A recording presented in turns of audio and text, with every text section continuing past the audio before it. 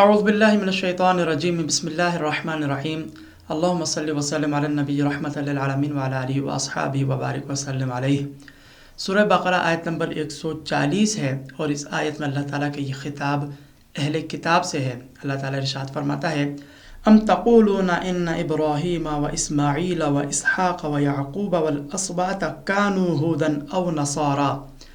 کیا تم یہ کہتے ہو کہ ابراہیم اور اسماعیل اور اسحاق اور یعقوب اور ان کی اولاد یہودی یا نصرانی تھے؟ قل اانتم اعلم ام اللہ، اے محبوب علیہ السلام آپ فرما دیجئے کیا تم زیادہ جانتے ہو یا اللہ تبارک و تعالی زیادہ جانتا ہے؟ ومن اظلم ممن کتم شہادۃ عندہ من اللہ،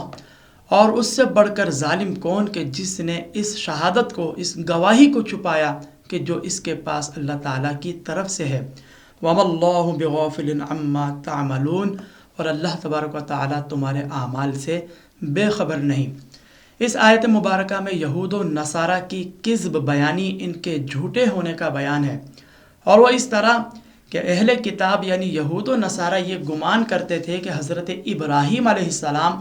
اور ان کی اولاد ان کے مذہب و ملت پر تھے، یعنی وہ بھی یہودی یا نصرانی تھے۔ حالانکہ یہودی جو حضرت موسیٰ علیہ السلام کے پیروکار ہے، اور نصرانی یہ حضرت عیسیٰ علیہ السلام کے پیروکار ہیں، اور یہ دونوں حضرات انبیاء کرام علیہم السلام یعنی حضرت موسیٰ علیہ السلام اور حضرت عیسیٰ علیہ السلام، یہ تو حضرت ابراہیم اور آپ کی اولاد کے بعد اس دنیا میں جلوہ گر ہوئے ہیں۔ تو جو نبی اس دنیا میں حضرت ابراہیم علیہ السلام کے بعد تشریف لائے ہوں اور پھر ان نبیوں کے پیروکار یہودی و نصرانی کہلائے گئے، تو پھر یہ کیسے ممکن ہے کہ ان کے آباء و اجداد یعنی حضرت ابراہیم علیہ السلام، حضرت یعقوب علیہ السلام بھی یہودی و نصرانی ہو؟ یہ کیسے ممکن ہے؟ چنانچہ اسی سے ان کی کذب بیانی ثابت ہوتی ہے۔ اللہ تعالیٰ ارشاد فرماتا ہے: قل اانتم اعلم ام اللہ،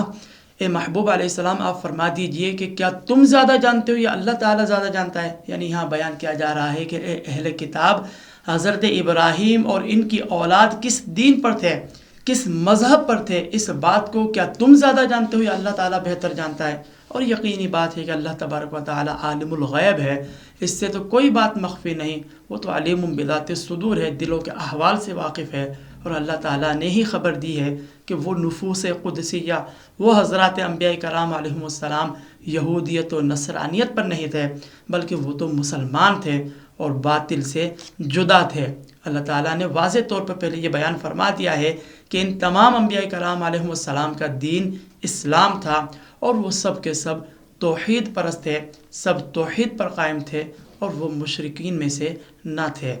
پھر آیت کے اگلے جز میں اللہ تعالیٰ ارشاد فرماتا ہے: وَمَنْ أَظْلَمُ مِمَّنْ كَتَمَ شَهَادَةً عِنْدَهُ مِنَ اللَّهِ، اور اس سے بڑھ کر ظالم کون کہ جس نے اس شہادت کو، اس گواہی کو چھپایا کہ جو اس کے پاس اللہ تعالیٰ کی طرف سے ہے۔ یعنی یہاں بیان کیا جا رہا ہے کہ یہود و نصارہ وہ اس بات کو جانتے تھے، وہ اس بات سے واقف تھے کہ حضرات انبیاء کرام علیہم السلام کس دین پر تھے، اور یہ ساری باتیں ان کی کتب میں موجود تھی، لیکن اس کے باوجود انہوں نے ان تمام باتوں کو چھپایا،